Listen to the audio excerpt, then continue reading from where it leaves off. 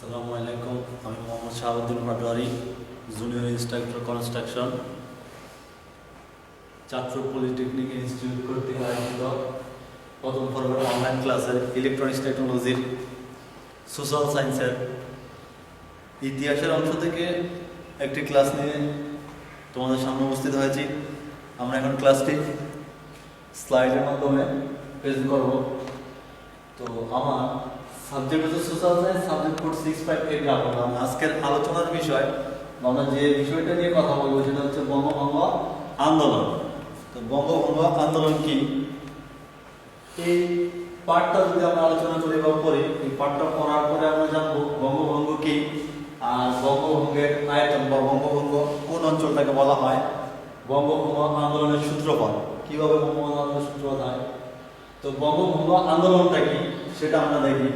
বঙ্গভঙ্গ সিদ্ধান্তের প্রতিবাদে যে আন্দোলন হয়েছিল তাই বঙ্গভঙ্গ আন্দোলন নামে পরিচিত।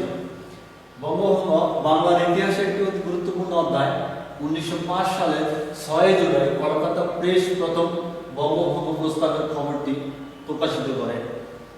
1905 সালের 16 অক্টোবরে তৎকালীন ব্রিটিশ ঔপনিবেশিক সরকারের বড়লাট লর্ড কার্জনের আদেশে বঙ্গভঙ্গ কার্যকর করা হয়। বাংলা বিভক্তি করে ফেরার ধারণাটি অবশ্য কার্জন থেকে শুরু হয়নি। 1765 সালের পর থেকে বিহার ও উড়িষ্যা বাংলার অন্তর্ভুক্ত ছিল। ফলে সরকারি প্রশাসনিক এলাকা হিসেবে বাংলা অতিরিক্ত বড় হয়ে যায় এবং ব্রিটিশ সরকারের পক্ষে এটি সুষ্ঠু শাসনক্রিয়া দুর্বহ হয়ে পড়ে। বঙ্গভঙ্গের সূত্রপাত এখান থেকেই, কিন্তু 1911 সালে প্রচন্ড গণ আন্দোলনের ফলশ্রুতিতে বঙ্গভঙ্গ রহিত হয়। দ্বিতীয়বার বঙ্গভঙ্গ হয় 1947 সালে। এর ফলে পূর্ববঙ্গ পাকিস্তানে এবং পশ্চিমবঙ্গ ভারতে যুক্ত হয়। এই পূর্ববঙ্গই পরবর্তীকালে পাকিস্তানের কাছ থেকে এক রক্তক্ষয়ী যুদ্ধের মাধ্যমে 1971 সালে স্বাধীনতা লাভ করে। বঙ্গভঙ্গের সূচনা, কিভাবে বঙ্গভঙ্গের সূচনা হয়েছিল বা দেখি আমরা। বঙ্গপ্রদেশের আয়তন ছিল 1,89,000 বর্গ মাইল এবং জনসংখ্যা ছিল 78.5 মিলিয়ন। বঙ্গের পূর্বাঞ্চল ভৌগোলিক এবং অপ্রতুল যাতায়াত ব্যবস্থার কারণে পশ্চিমাঞ্চল হতে প্রায় বিচ্ছিন্ন ছিল। 1836 সালে উত্তরাঞ্চলের প্রদেশগুলোকে বঙ্গ থেকে পৃথক করে একজন লেফটেন্যান্ট গভর্নরের অধীনে ন্যস্ত করা হয় এবং 1854 সালে বঙ্গের প্রশাসনিক দায়িত্ব হতে গভর্নর জেনারেল ইন কাউন্সিলকে অব্যাহতি দিয়ে একজন লেফটেন্যান্ট গভর্নরের উপর অবর্ণ করা হয়।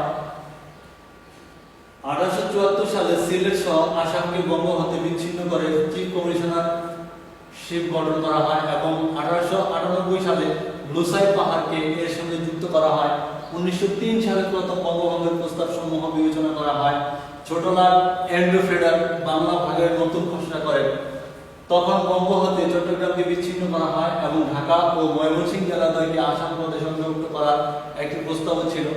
তেমনি ভাবে ছোট নাগপুরকে মধ্যপ্রদেশের সঙ্গে আত্মীকরণের একটি প্রস্তাব ছিল। 1904 সালের জানুয়ারিতে সরকারিভাবে এই পরিকল্পনা প্রকাশ করা হয় এবং ফেব্রুয়ারিতে লর্ড কার্জন বঙ্গের পূর্বাঞ্চলীয় জেলাগুলোতে এক সরকারি সফরের মাধ্যমে এই বিভক্তির ব্যাপারে জনমত যাচাইয়ের চেষ্টা করেছিলেন।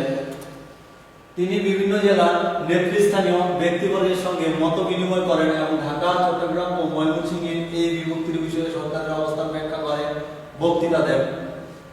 পার্বত্য ত্রিপুরা রাজ্য, চট্টগ্রাম, ঢাকা ও রাজশাহী, বর্তমানে দার্জিলিং বাদে বিভাগ এবং মালদা জেলা আসাম প্রদেশের সঙ্গে একীভূত হয়ে এই নতুন প্রদেশের গঠন করবে। এর ফলে বঙ্গ শুধু তার বৃহৎ পূর্বাঞ্চলে হারাবে না, তাকে হিন্দুভাষী 5টি রাজ্য মধ্যপ্রদেশকে ছেড়ে দিতে হবে। অন্যদিকে পশ্চিমে সম্বলপুর এবং মধ্যপ্রদেশের 5টি উড়িয়া ভাষী রাজ্যের সামান্য অংশ বঙ্গকে দেওয়ার প্রস্তাব করা হয়। ফলে বঙ্গের আয়তন দাঁড়ায় 1,41,580 বর্গ মাইল এবং জনসংখ্যা 54 মিলিয়ন, যার মধ্যে 42 মিলিয়ন হিন্দু ও 9 মিলিয়ন মুসলিম।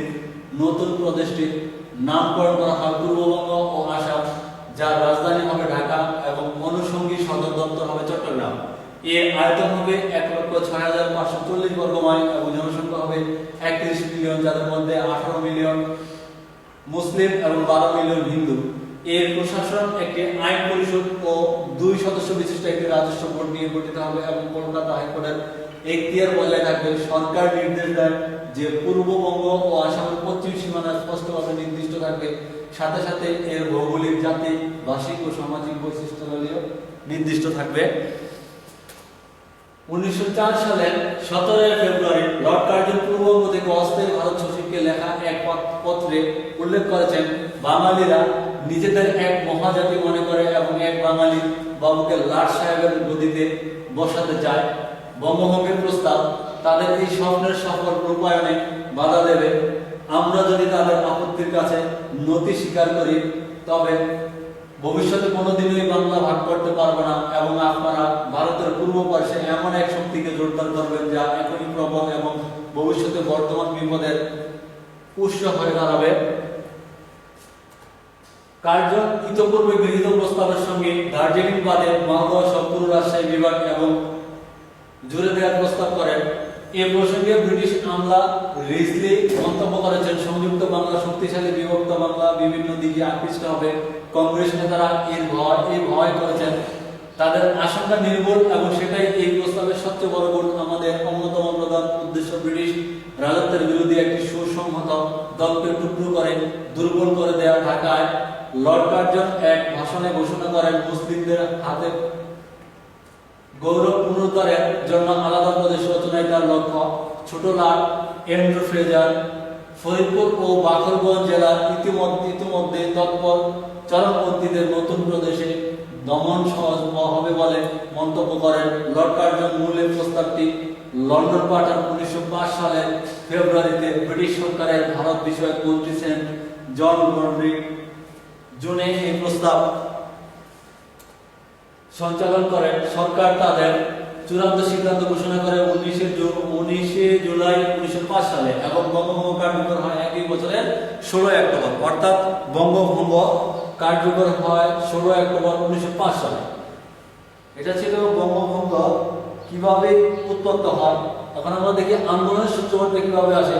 বঙ্গভঙ্গ প্রস্তাব কার্যকর হবার আগে অর্থাৎ 1905 সালের 7 জুলাই তারিখে সুরেন্দ্রনাথ তার দি বেঙ্গলি পত্রিকার সম্পাদকীয়তে আসন্ন ঘটনাকে বলেছিলেন একটি ভয়ঙ্কর জাতীয় দুর্যোগ এবং সতর্ক করে দিয়েছিলেন যে সরকার যদি তার সিদ্ধান্ত না পাল্টায় তাহলে সামনে সর্বোচ্চ মাত্রার একটি জাতীয় উপদ্রব অপেক্ষমান রয়েছে।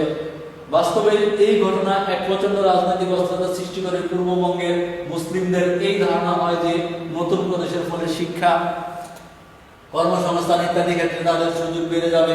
যদিও পশ্চিমবঙ্গের জনগণ এই বিভক্তি মেনে নিতে পারল না এবং প্রচুর পরিমাণে জাতীয়তাবাদী লেখা এই সময় প্রকাশিত হয়। 1906 সালে রবীন্দ্রনাথ ঠাকুর বঙ্গভঙ্গ রদ করার প্রস্তাব দেন জন্য এক মর্মস্পর্শী গান আমার সোনার বাংলা লেখেন, যা অনেক পরে 1972 সালে বাংলাদেশের জাতীয় সঙ্গীতে পরিণত হয়।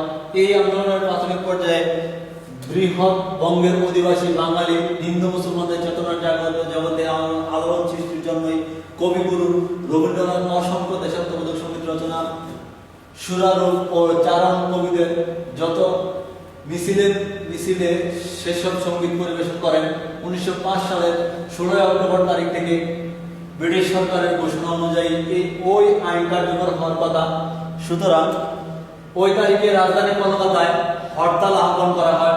সেদিন কোনো বাড়িতে রান্না বান্না হবে না। বাঙালি জনসাধারণ অরন্দন পালন করে উপোস থাকবে। বাঙালির ঐক্য বজায় রাখার অন্য দেশ জুড়ে হবে রাখি বন্ধন উৎসব। 1905 সালে লর্ড কার্জনের বঙ্গভঙ্গ ঘোষণা এবং তা কার্যকর করার পর বাংলায় সশস্ত্র আন্দোলন বিকাশ লাভ করে। 1906 সালে কংগ্রেসের পূর্ণ অধিবেশনে স্বরাজ শব্দ গৃহীত হয়। স্বরাজ বলতে কংগ্রেসের নরমপন্থীরা বুঝলো উপনিবেশিক শাসনায় স্বায়ত্তশাসন, চরমপন্থীরা বুঝলো স্বাধীনতা। এর থেকে উৎপত্তি হলো বিদেশি পণ্য বর্জন প্রসঙ্গ। চরমপন্থীরা চাইল সর্বভারতীয় ক্ষেত্রে সর্বাঙ্গীন বয়কট। ইতিহাসবিদ সুমিত সরকার লিখেছিলেন, দেখিয়েছেন স্বদেশী আন্দোলন 3টি ধারায় প্রবাহিত হয়েছিল সেই সময়। প্রথম ধারাকে বলা হয় গঠনমূলক স্বদেশী সমাজ প্রবন্ধে। রবীন্দ্রনাথ এই ধরনের গঠনমূলক কার্যকর্তা বিশদ করেছিলেন। তার প্রধান উদ্দেশ্য ছিল আত্মশক্তির উদ্বোধন। দ্বিতীয় ধারা বয়কটকে প্রাধান্য দিয়েছিলেন। তৃতীয় ধারায় ছিল চরমপন্থীরা। তাদের কাছে স্বদেশী আন্দোলন এবং বয়কট গৌণ হয়ে যায়, মুখ্য হয়ে ওঠে স্বরাজ। এ নিয়ে কংগ্রেসে তুমুল বিতর্কিত হয়। এর মধ্যে স্বদেশী আন্দোলনের পক্ষে জনমত সংগঠনের জন্য জেলায় জেলায় সমিতি গড়ে ওঠে। গৃহীত নীতি কার্যকর করার জন্য তৈরি করা হয় জাতীয় স্বেচ্ছাসেবী দল। বরিশালে স্বদেশ বান্ধব, ময়মনসিংহে সুরেদ ও সাধনা, ফরিদপুরে ব্রতী, আর সবচেয়ে বিখ্যাত ঢাকার অনুশীলন সমিতি।